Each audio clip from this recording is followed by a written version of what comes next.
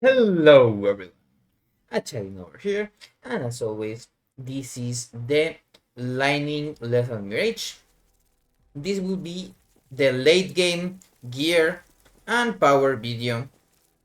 We also have here a nice beetle to make some nice sounds, but I'm going to focus here on the late game things that we want to have. I'm kind of going to shelve the character until the next cycle because I don't really want to farm anymore. I think this is enough. And I'm also, of course, going to show you one combo Julra and one combo Lagon with extra resistances and things like that. Let's do that in a second. The Julra is going to be really fast. Lagon is a little bit different. So let's go for Julra. You will see that it's kind of fast. It's almost the same gear that I have right now.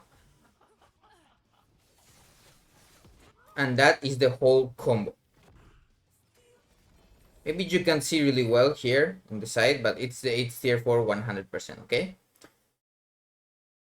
And then I'm going to show really fast also our boy Lagon here. 293 corruption. I know for some people it's not huge, but it's also a one tap, so maybe it's something interesting to see. Because here, plus 25 to all resistances. So he's a little bit more tanky.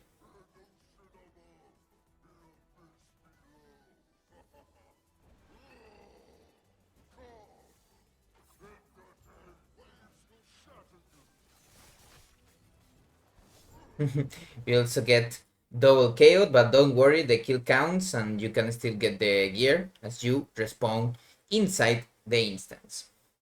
Now, if I got your attention, let's check out the gear and everything. I already did some past guides where I had shown everything and explained it a little bit. I'm going to do a fast run around if you already know about all the mechanics of the build or the game, and then explain it little by little.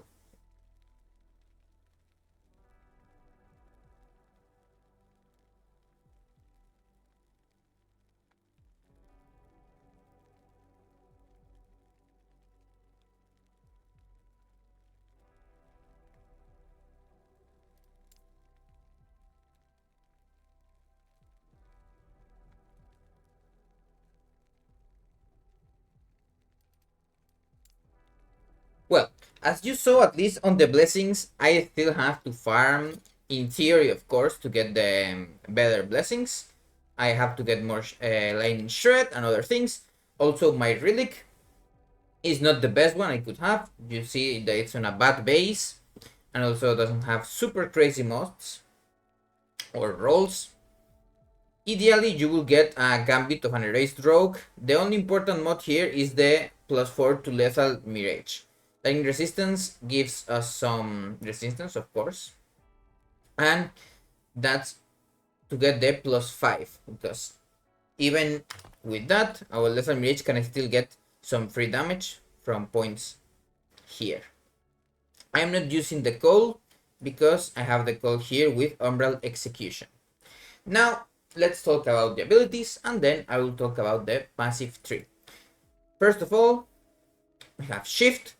It's kind of cool ability, let's say. It gives us a lot more damage when we use it.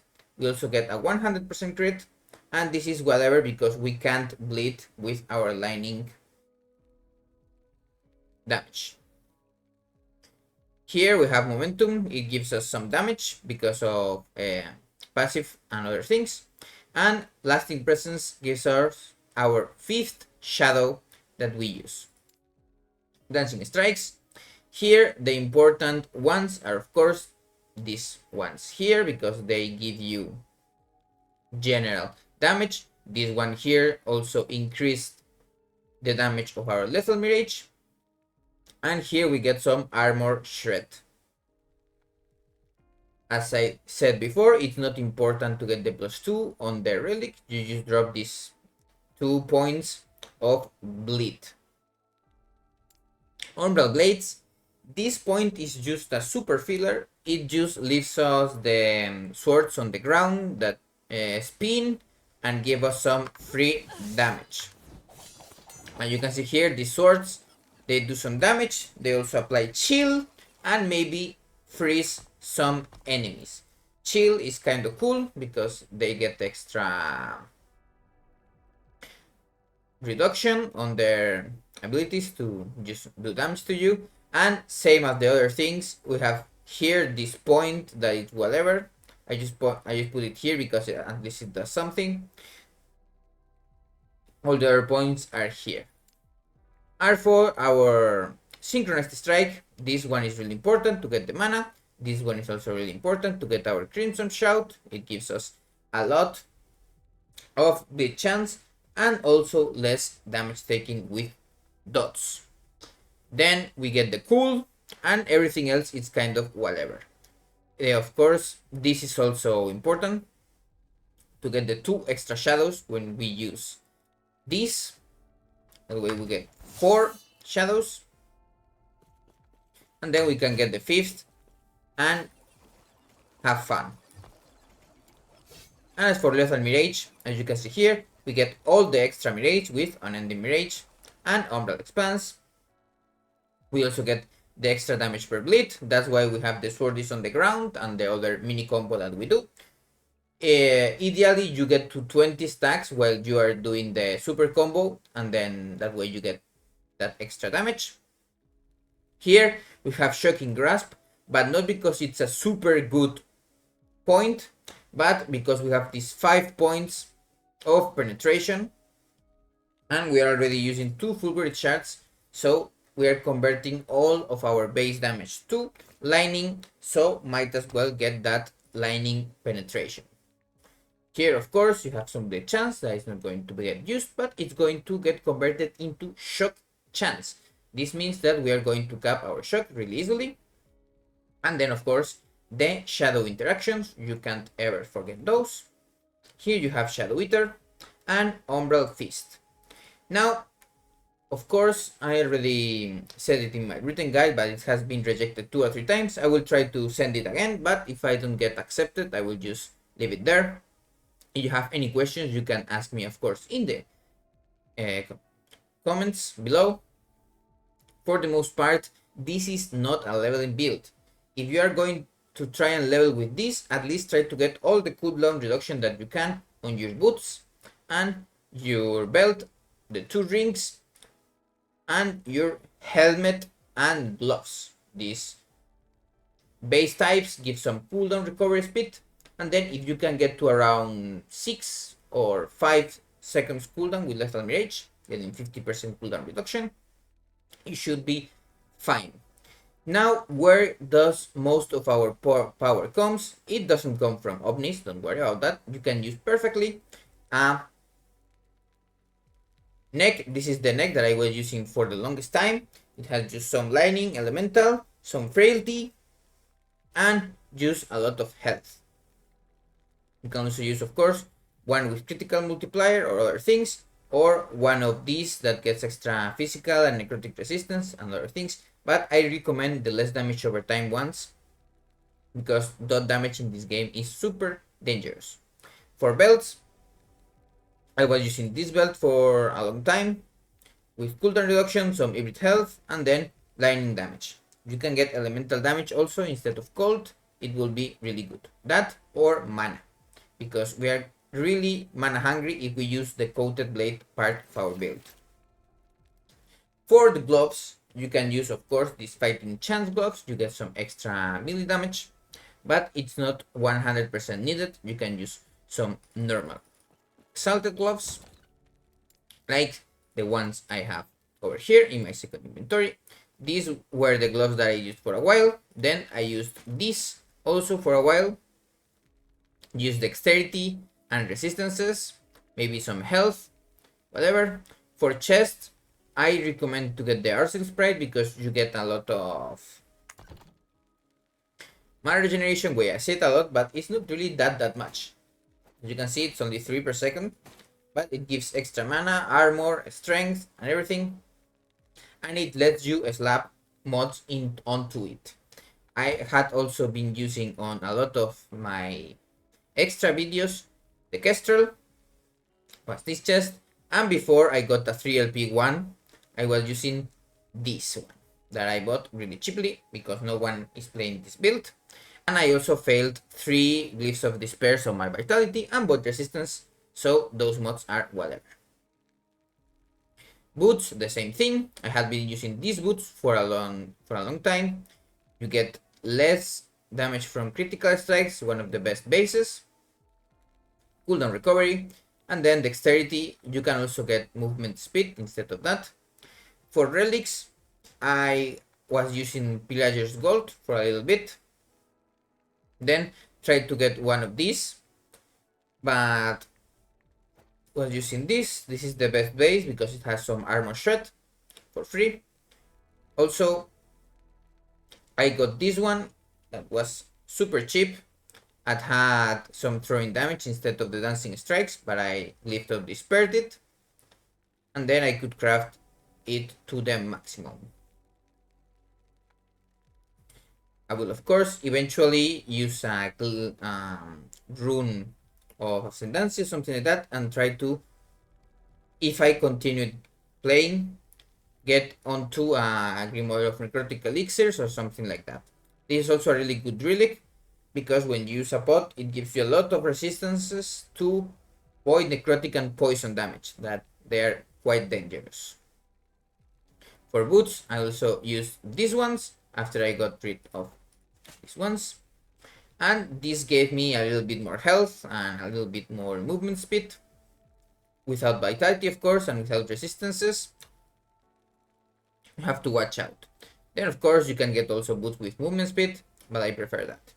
As for the ones that we use, this just gives a huge lot of damage and are really easy to farm in the arena. Eventually you will get them, just don't try to get them without B because it's going to be a bother. Now for the full combo, you have seen it on the Julra fight, but we're going to use Synchronized Strike, then wait a little bit, do one Dancing Strike to get the buffs up, then we are going to shift before the Bion's Chariot debuff ends, and use Lethal Mirage.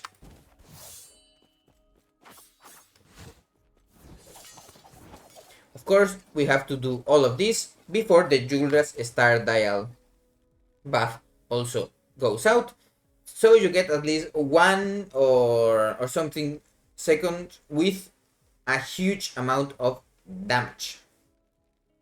Of course, a Julra's Star Dial with 1 LP, it's not hard to farm. It drops 100% on Julra. I have a lot of them, and I of course messed up a lot of them, and that's not difficult. Of course, the belt and the ring drop from Orobis, super easy to farm. The ring even drops as 2 LP quite often, and the belt, it may be a little bit harder to get 1 LP, but it's not hard. Just get the cooldown reduction if you can onto it. For helmets, you can of course use a rare helmet like I have, or a Borg Clamor, Barboot, or whatever, but a rare helmet is good because you can get 5 mods if you farm them enough, and the only important one really is Synchronized Strike, but not that much even. You can even get some armor shred or something like that, and it will be more damage, because really those 4 extra points are just points that we have over here and 1 over here. Maybe I would say like, and this one is the last one, so you will have no issues playing with that. You try to get armor shred or damage with daggers, not crit, because remember we already cap crit with our shift ability. And of course full grid shards. For the longest time I was using these two, one with critical multiplier and one with melee lightning damage. I was using of course for a long time 0 LP ones until I got more gold to buy LP ones. And I also dropped one, but it had really bad mods, so I just sold it. And the important stats of course is the lightning damage with Lethal Mirage, the cooldown reduction, and then Try to get as much lightning damage and penetration as possible. For the mods that we want them in the order of importance are flat, lightning, critical multiplier, armor shred, and then for the last one it will be bleed. Our neck, as I said before, it doesn't have to be omnis, but it's really good to cap a lot of resistances. So that is everything for the gear and also that. Now for the passives. This is more easy to move around than you think it is.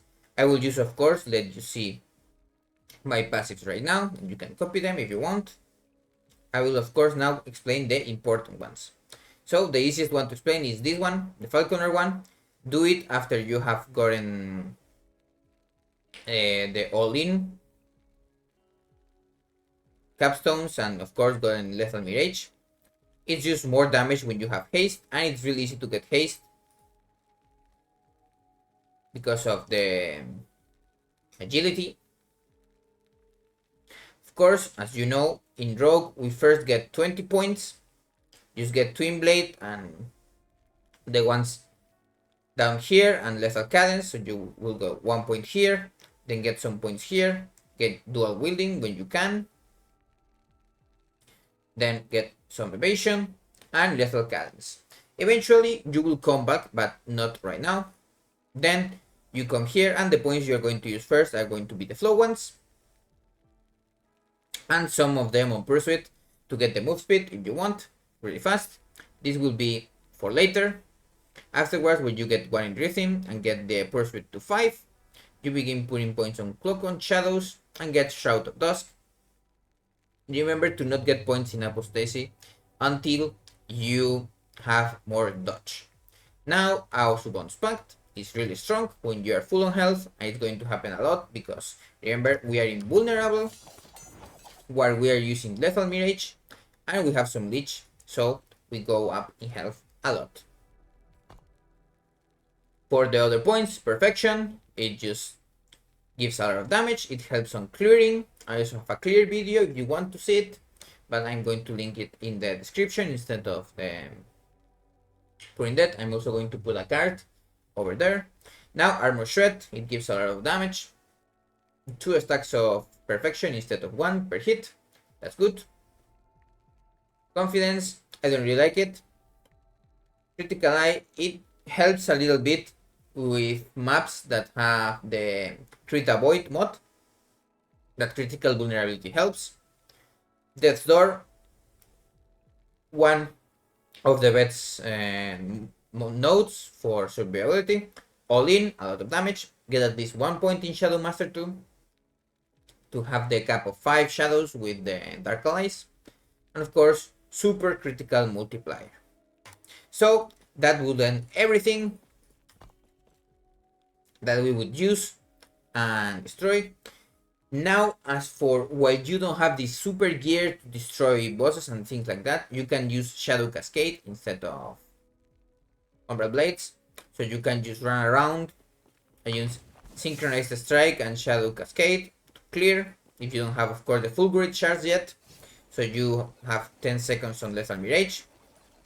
If you saw my early build video, it's showing that I clear like that with an Eye of Green too, but I dropped it eventually when I got more cooldown reduction. As for when we come back to here, I recommend at least that you get 14 to 15. I have 16 right now, so it's kind of fine. Mana regeneration, and be really careful when you are clearing to only use Shift and Lethal Mirage unless strictly necessary. If you get a pool that is bigger than me, you can use more abilities, but the pool itself is not that important because we kill on combos. So when we clear the whole script, we can just keep running and doing whatever. Now, for the last thing that I will do, I'm going to do a monolith. It's probable that I die also, because remember, this build has almost no defensive things because it's a bossing destroying build. you are supposed to just go in and destroy the bosses. But with the ability itself in a cooldown, you will run around until you get enough cooldown to just use the ability again. If you get one of the shrines that gives some cooldown reduction, it's even better.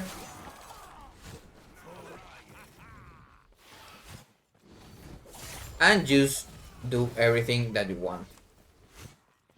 Complete the monoliths as fast as possible. As you can see, I'm ignoring a lot of mods because I don't care one bit about them.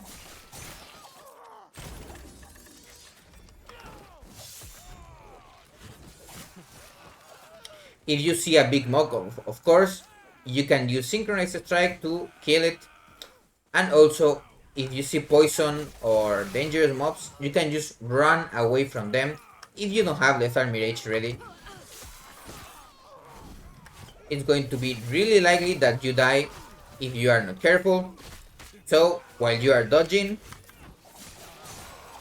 just keep in mind that you can get one shot. So that's everything, and have a nice day.